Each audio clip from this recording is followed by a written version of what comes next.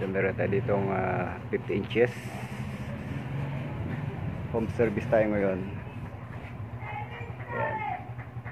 Motherboard, beacon board, Skyworth model 50 SUD 6600. So itong issue nito, ayan, flickering, nag-hambars. Ayan. Ayan. Ayan ang issue. So tingnan natin kung kaya natin gawin. So dito yung problema sa left side. Dito tayo troubleshoot o magpa-block ng mga signals para mawawala ang flickering. I-block natin ang mga CKB signals, LC1, LC2, odd even. Okay, so pause ko muna. Let's see kung madali natin makuha na. So ang clock signal nito ay ito. Ayan.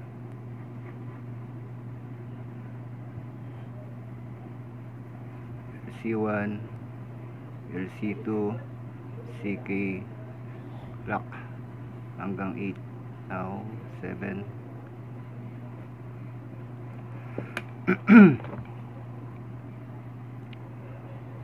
So hanggang 1, 2, 3, 4, 5, 6, 7, 8 clock signals, LC1, LC2, YSS, BSS. So yan ating diyan tayo magpo-focus. Ating subukan i-block. Okay, tingnan natin ang problema ng left side.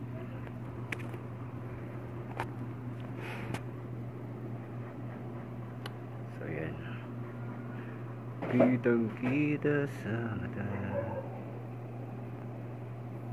yun. 1, 2, 3, 4, 5, 6, 7, 8, 9, 10, 11, 12, 13, 14. Pero hindi natin isama ang BSS.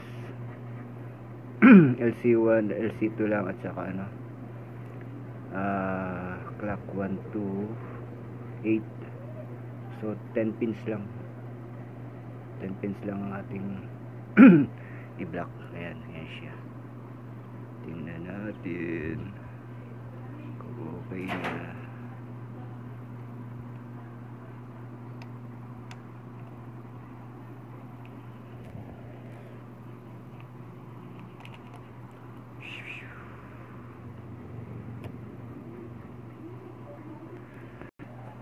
Uy, ayan. Tingnan natin kung malinis. Mukhang malinis naman. Mayroong sabit dito. Dito.